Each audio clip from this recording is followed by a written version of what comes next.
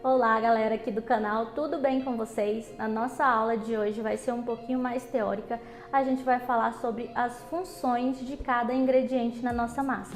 Mas antes de começar eu quero pedir que vocês compartilhem esse vídeo, se inscrevam no nosso canal e deixem seu like, lembrando que isso nos ajuda muito, né? Então agora vamos para a parte do nosso conteúdo. Nessa aula de hoje a gente vai falar um pouquinho sobre a parte teórica das massas, né? Muito se fala aí em receita, quantidade de ingredientes, em modo de preparo, mas você já parou aí na sua cozinha e pensou qual será a função desse ingrediente na minha receita? Porque eu preciso utilizar ovo, açúcar, leite, farinha, para que possamos entender uma receita e fazer substituições sem comprometer o resultado final da nossa receita e criar novos sabores, é necessário aprender que a confeitaria ela é uma química exata e como ela funciona. Por isso é muito importante o entendimento de cada elemento no preparo da nossa receita. Resolvi fazer esse vídeo aqui para vocês, para que vocês possam entender e compreender a função dos principais ingredientes de uma massa. Então vamos lá, né? Vamos falar aí primeiro sobre a farinha, que é um dos ingredientes mais importantes na nossa massa, gente. Ela é a responsável pela estrutura, elasticidade e textura da nossa massa. O amido que contém na fórmula da farinha, ele coagula com o calor e deixa o bolo mais firme após assado. É importante que ao comprar a farinha, vocês observem também a embalagem da farinha e dê preferência para as que contenham menos proteínas. Elas são melhores para bolos, tá? Pois dão mais leveza. Lembrando que geralmente adicionamos a farinha de trigo no fim do processo para não desenvolver o glúten, né? Mexendo muito a farinha, desenvolvemos o glúten e assim a nossa massa ficará mais densa e pesada.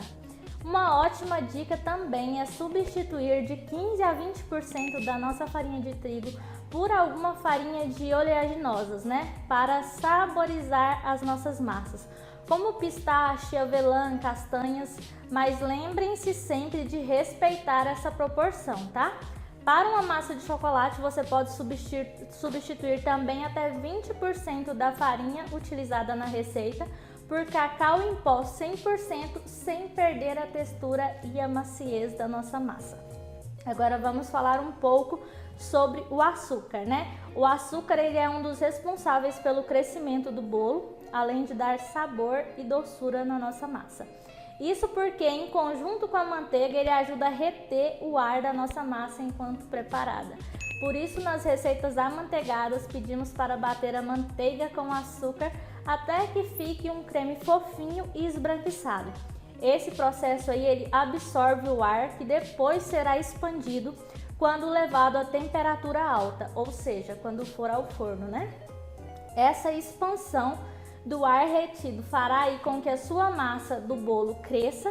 Aí você pode perguntar, Dai, pode diminuir o açúcar da minha receita? Pode sim, gente, mas isso vai implicar diretamente no tamanho da massa e na textura, pois a massa ela tende a ficar mais densa e seca. O açúcar refinado é o mais indicado no preparo de bolos pela sua leveza. Se você troca, por exemplo, pelo açúcar cristal, a sua massa ela tende a ficar mais pesada, né? Pois é um açúcar aí que dissolve mais lento. Isso acontece também com os açúcares demerara e o mascavo, que não passam pelo processo de refinamento. Se você substituir o açúcar cristal aí da sua massa por outro açúcar, substitua no máximo 50%, gente. Por exemplo, se a massa pedir aí 360 gramas de açúcar refinado, mantenha 180 gramas de açúcar refinado e 180 gramas do açúcar de sua preferência, tá bom? Agora vamos aos ovos. A principal função do ovo na sua receita é airar a sua massa, ou seja, reter o ar para expansão quando submetida a alta temperatura, né? O ovo também ajuda na durabilidade, na elasticidade e na firmeza da sua massa. Agora vamos falar dos líquidos, né, gente? Que podem ser aí leite, buttermilk, água, derivados do leite e até suco de frutas.